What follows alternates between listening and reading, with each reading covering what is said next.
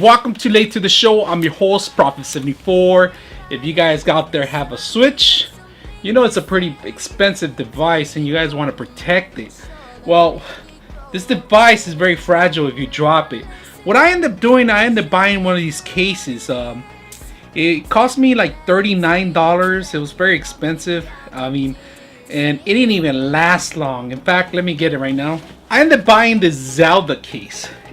I love the Zelda. It's rubbery and it's pretty neat. And it has a little handle. But check out that little handle. It didn't even last a week. The handle. Imagine if I would have this out in the field, if it was raining and the thing fell off, the zipper opened up. It's a little neat little cover here. It has this little case, a little pouch for accessories. It has a little cases. It had individual cases, which I was always losing them. I was never freaking happy where I left my little cases. They're not built in this thing. They're freaking falling off all the time. And the zipper doesn't really work no more. I can't even close it all the way. It's just, the only thing that sold me, it had that Zelda logo and all the Zelda stuff. I love Zelda stuff like that. But I found another case that fits well for your Nintendo Switch. The thing is, check it out. This thing, it was so bulky that it really didn't give me room for a lot of stuff in here, and I didn't like it. So I ended up getting something else. I ended up getting this Ortz just because of the issue I had with everything wasn't built in, everything was falling off, the casing was falling off. One thing I didn't like about this flimsy little thing was that these cases were here, and check it out. If you open it up and you forget about them, that's what happens. They freaking fall off and you will lose games. I actually lost the other case on this flimsy little thing. They didn't work out at all. So this thing, out of the question. I ended up buying this Ortz. It was a great little item. So check it out. I'm gonna open it up here, see what you guys think about it. It's the little logo is pretty neat. It tells you how rubbery it catches all the stuff and everything. It's pretty neat. It has all these protective casing, lightweight, it's durable, and it's fashionable. So let's take a look. Let's open it up. So let's open this sucker up right now and set it up on your actual Switch if you have one out there. And then I suggest, you know how much it costs. They're pretty expensive little devices, and you want to end up buying something that's durable, that's gonna last long, and you're gonna have all your games with you that you're on the road. So this thing's pretty neat. I'm actually gonna open it. This is what you get when you open it. You don't get anything else but this case itself. So I'm actually gonna take it apart here and show you guys a little bit of it. So check it out. This is pretty much what you get on the system and the Switch. It's a cover. It's like just like a phone cover, pretty much. But there's something else better than that, just a phone cover. Check out the back. Look how slim it is. Look how slim it is. It's just, but in the back, it has a little kickstand, and it has a cover for games. If it's 1, 2, 3, 4, 5 games, you could actually fit in here. This is freaking neat. Now, it's durable, it's flexible. I'm actually flexing it pretty much, and this thing is just like nice and neat. Little stand, kickstand. You can put a little kickstand. See the kickstand right there? So you're playing some games or something. It has different options like this. You can put it down to the ground. I like this. So let's fit it out with the Switch. So I have the Switch here in my hand. We're gonna take the Ortz and set it up on it. So what you guys got to do is make sure you find the vents and the right location to set it up, because there's only one place. So if you want it this way, see how the Ortz, you have to find the Ortz sign, and then you got to find the Switch sign. So if you find the Ortz sign and the Switch sign, they have to be facing the same direction. All right, so what you need to do is slide it in there. That's it. That's all I had to do. We just set it up. It's nice and slim. It has the port so you can charge it right there on the bottom. It's easy accessible. It has this freaking grip that's awesome right here on the side of it. So you're playing with the games and you're moving around. It's pretty neat. You can still take the controller. You can still access the controllers, but in order to access and take up the controller, you would just have to slip this off. And the way you slip it off on the top if you want, and just put it back in there. But check it out. Now we're gonna end up putting the games in the back of it. Check it out. There's only one way you can put the games in there, and there's a little arrow pointing up, and they slip in there. See how that one slipped in there real quick? Let me check out the other one. The arms, you put it in there, slipped in there like nothing. I'm gonna put the second one, another one. So here, I have all the games in there. They're all locked in. I'm shaking them. I'm moving them around. They don't even come out. They're perfectly in there. Now to take them out, you're gonna just slide them back down on the bottom of it. Just all you have to do when you want to take them out, all you have to do is lift them up and they just snap out. Now to slip them in, just slip them in from the top and they come back in. Now check out the little Ortz. Really nice little setup, you know, the Ortz. It's really handy and it locks in here. So it's basically, it's in there.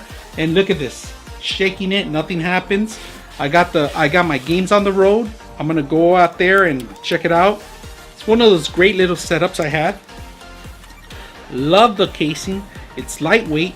It still has access to your power charging station, access to the air ventilations on the top of it, and you can still hit left and right. But in order to remove the actual casing from here, the two accessory, the two joysticks, you need to remove the whole unit itself.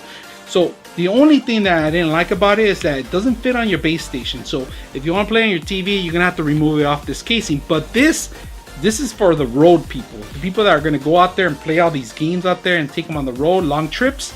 This is guaranteed to actually protect your stuff. It's really neat and it's very durable. It has all the games in there. It has this extra protections case and it has this extra kick in there.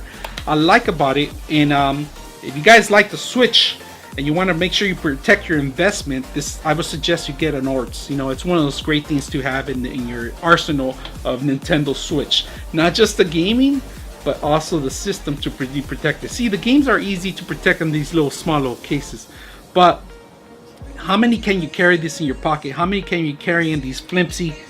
See, it's easy to carry the games in these little cases, all these little different cases, and how many things do we have to drag all the time with you?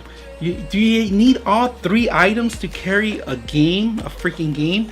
So you know what? I just got fed up with carrying all this stuff, putting this together, putting the games in here, slipping it back in there, closing it out, make sure it's ready to go. I didn't like that. It's pretty flimsy. I mean, this thing, like, it didn't last long. Look how bulky it is to compare to it.